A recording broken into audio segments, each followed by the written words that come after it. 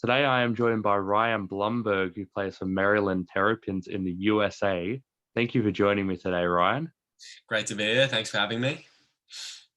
I'll start with the first question I like to ask everybody. Just where and how did your love for football first start? I think my love for football really started in my back garden with my two brothers playing after school every day and kind of growing up watching them play and kind of immediately falling in love with the game.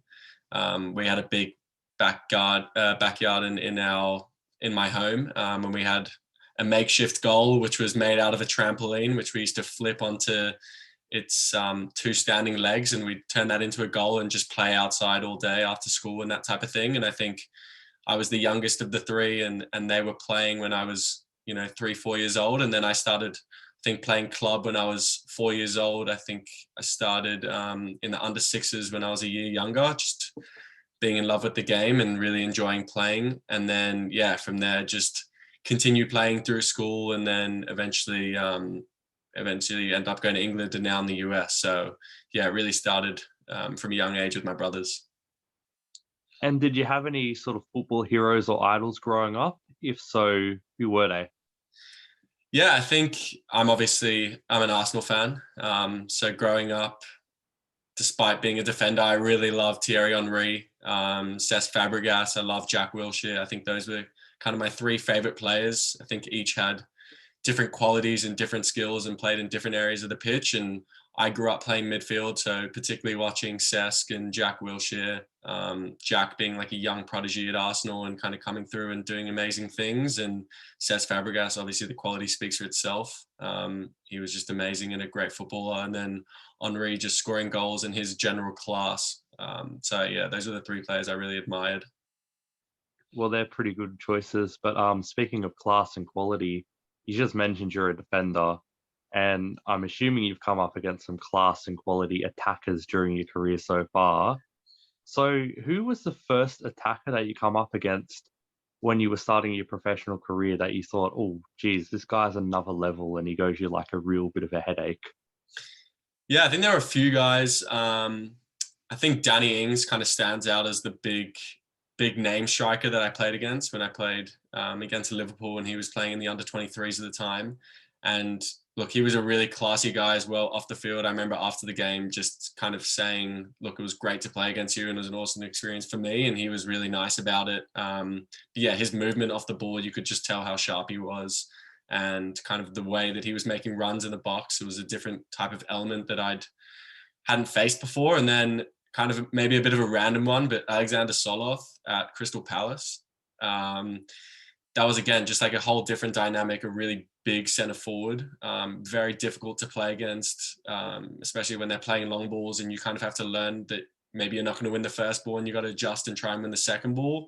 And then again, marking in the box. And I think he was, again, a really clinical striker, obviously very good in the air, and two different strikers who I think have both provided me with many different challenges. Two great players. Now, moving back to Australia for a moment, you were briefly with the Western Sydney Wanderers in their youth setup. So when you went from playing, MHS semi-pro football to going into that more professional setting, just how difficult did you find the step up?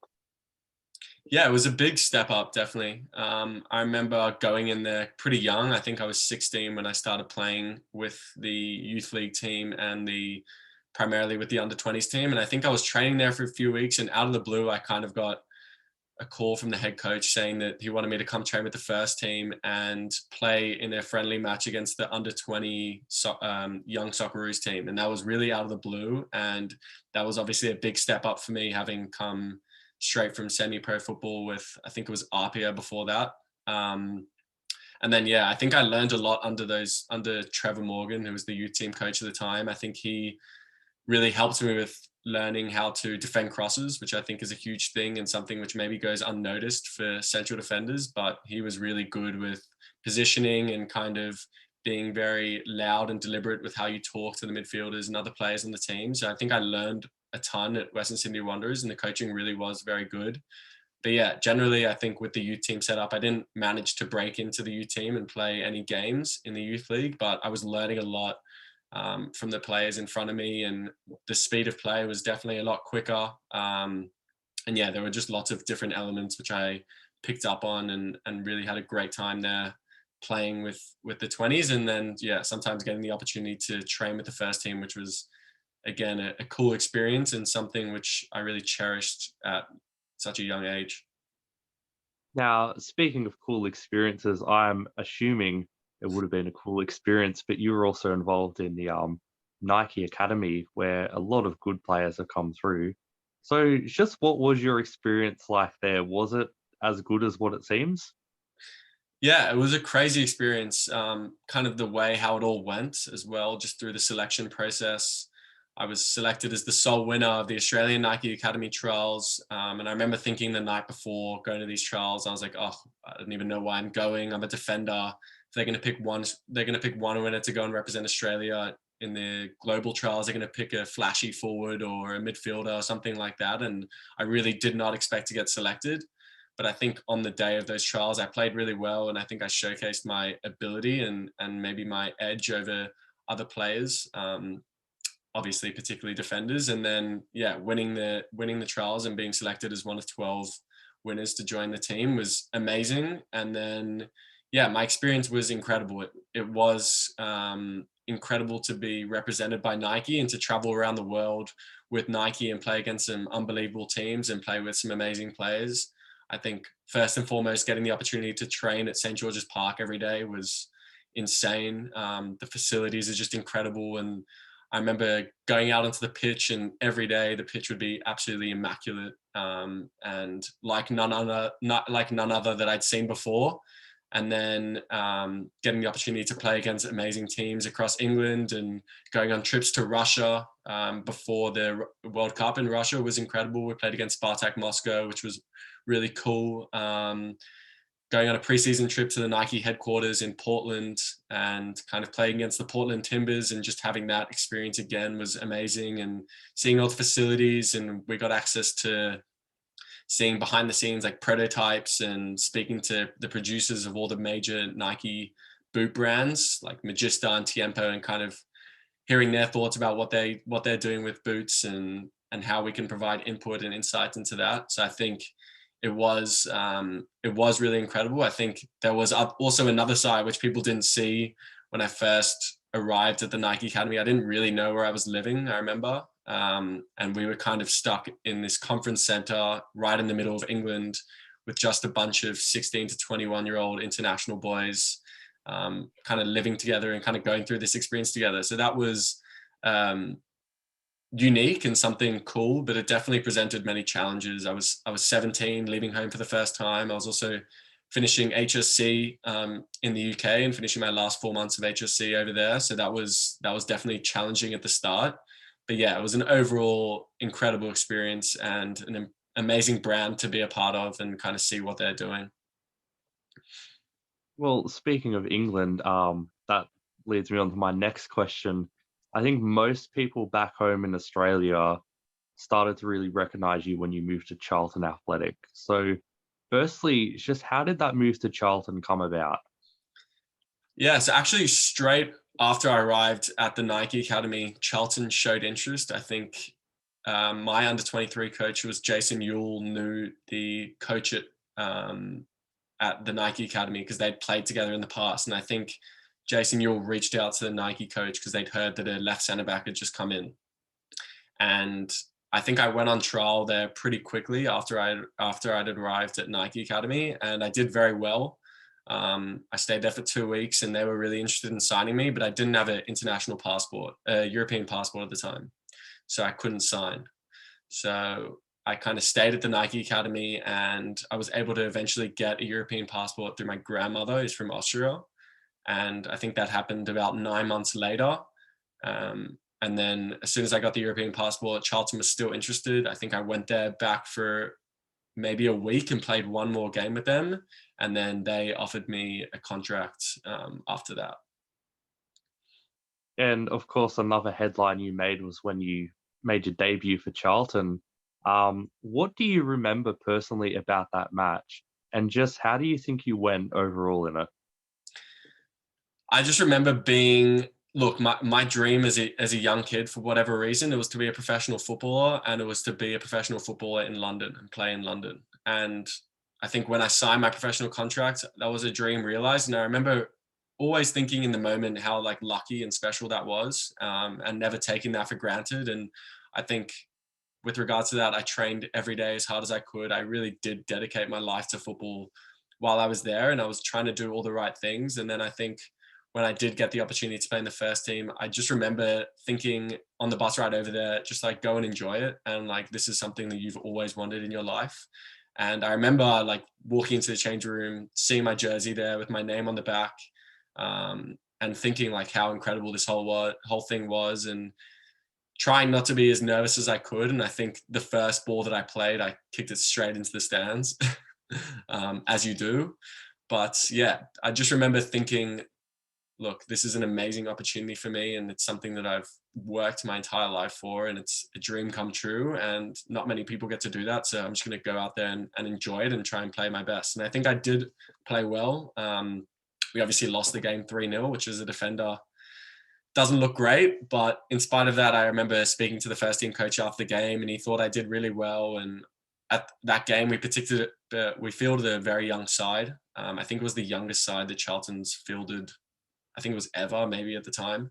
So I think it wasn't like maybe a reflection of my individual performance, but kind of a young team going out there and playing in a league match for the first time. So yeah, I think I played well, and I got overall positive feedback. So I was very positive, very happy with how I played.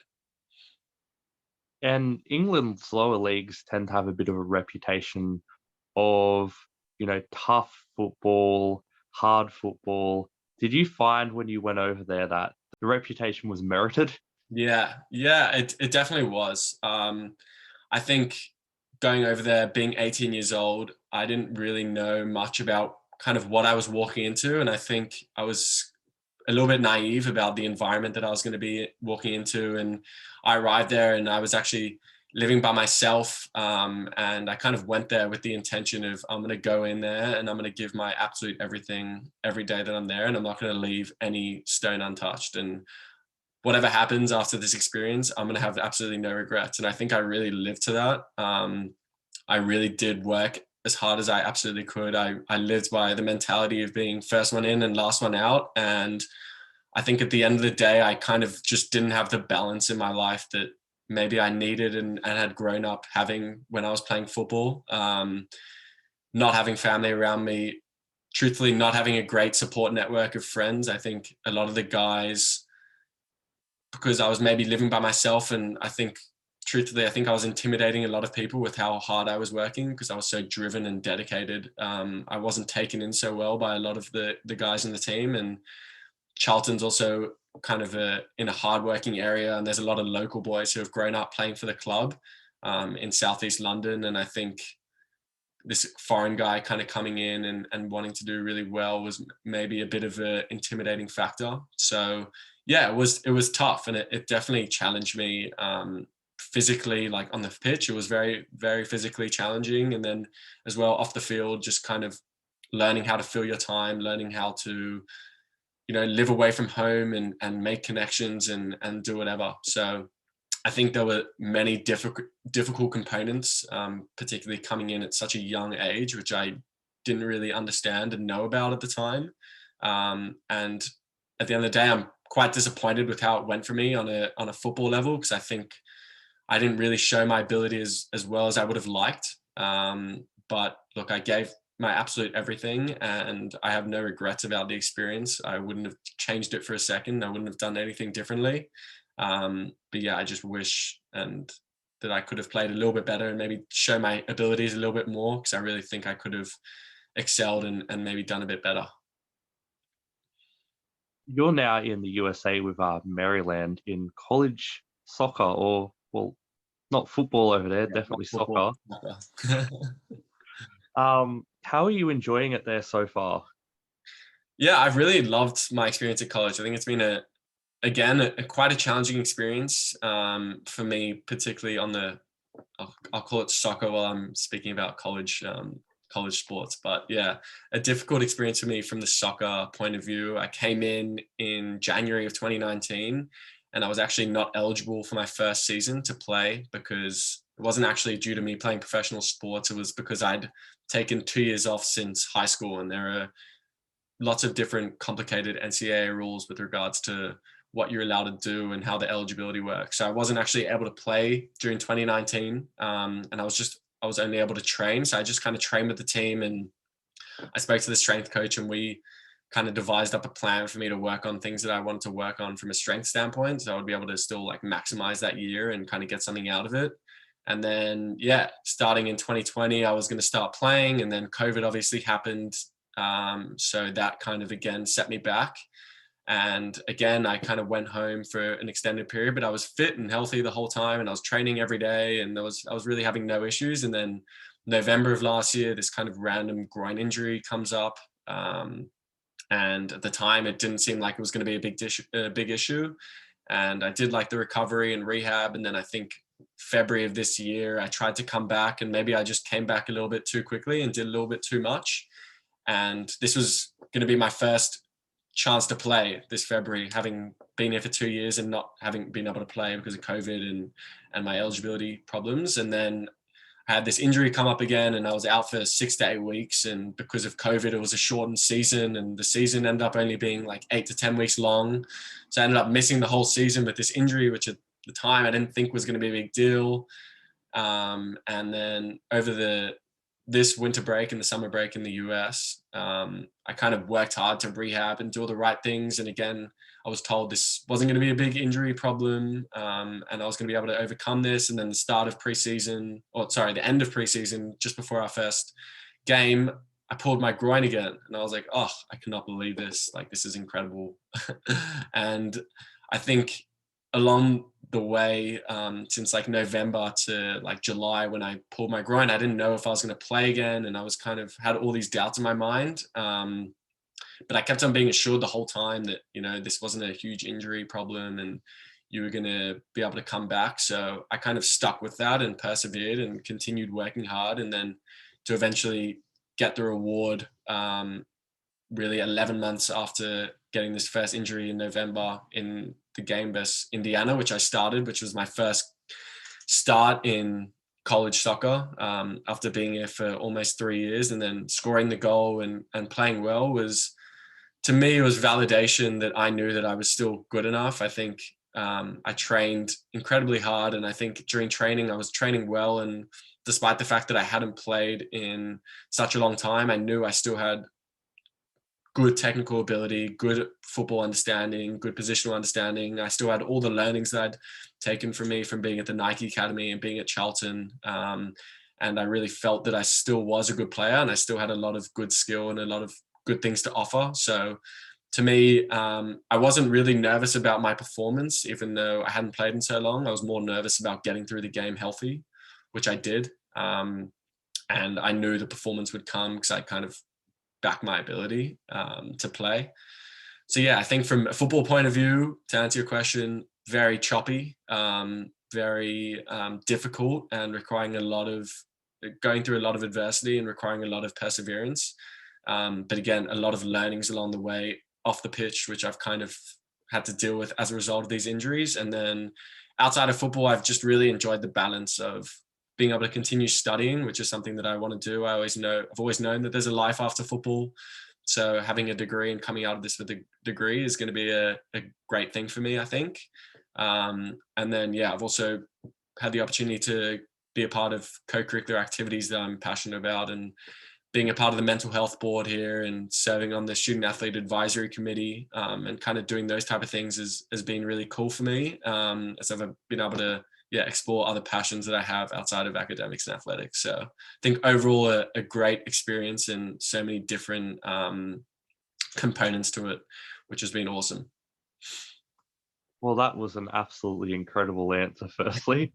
But on the injuries for a second, now a lot of footballers I've spoken to who have had sort of recurring injuries or long-term injuries have told me that they've learned a lot about themselves when they were out injured and fighting these injuries. So for you, when you were injured, Just what did you learn about yourself? Yes, I think the main thing that I learned was that I don't give up, and I've got a persevering and hardworking mentality, and I'm always kind of looking to learn from the good things and the bad things that I've done in prior rehabs or throughout the way, which have worked well and not worked well for me, and then kind of turn them into more um, actionable steps in the future. I also realized that the first few times that I tried to come back, I was focusing so much on my rehab, and I was like, how can I sleep well? How can I eat well?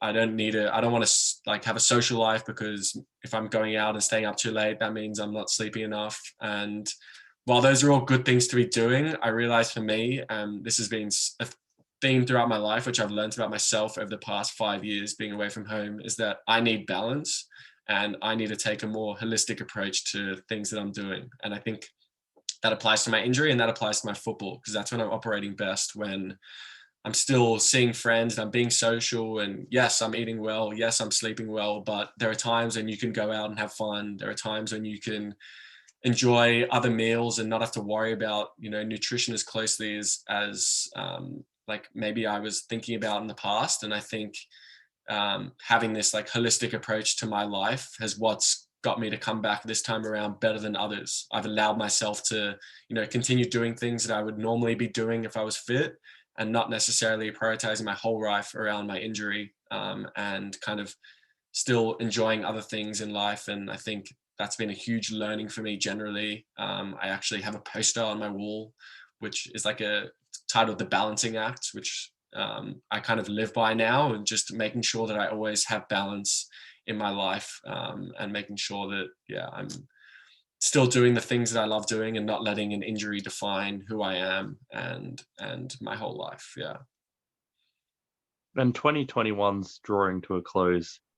Thankfully for some people, we only have roughly a month left. So for 2022, what is Ryan Blumberg looking to achieve on the football pitch? Yeah. So look, like I said, I think maybe for coaches and maybe for clubs, it's a little bit daunting for them to want to take me on as a player, just because over the past 3 years, I really haven't played a lot of football. I really haven't played a lot of games, and I think that's true, and that's definitely evident. But I think I've also shown that I'm someone who's going to continue bouncing back, and I also still have the quality that I think has led me to the things that I've done, and kind of validates all the different experiences that I've had. And I think I've taken all those learnings with me, and I'm continuing to learn. But I think I'm still a very good player. I think I've got a lot of good skill. I think I've got a lot of good quality on the ball and a lot of good leadership skills, which I've been able to utilize throughout my career so far. And look, I hope to just get the opportunity to show my skills, and to show my ability to clubs. I think I hope to be over this injury, and I hope to be on the mend. And I'm obviously continuing to do the rehab that I need to do to keep fit. But I think if given the opportunity to trial at an A-League club, or get exposure to an A-League club, I really believe I can show what I can add. Definitely on the pitch, but definitely off the field. I do all the right things, and I'm not someone who's going to do the minimum. I do absolutely more and above, in all aspects of my life, and I think I can be a great asset for any club. So yeah, I hope to just get the opportunity to play, to get the opportunity to show my skill, and to hopefully continue playing in the professional space. Well, thank you so much for joining me today, Ryan. It's been an absolute pleasure. I've enjoyed hearing your stories, hearing your journey, and hopefully we'll see you on the pitch, maybe in the A-League in the future. Yeah, that's the plan. Hope so.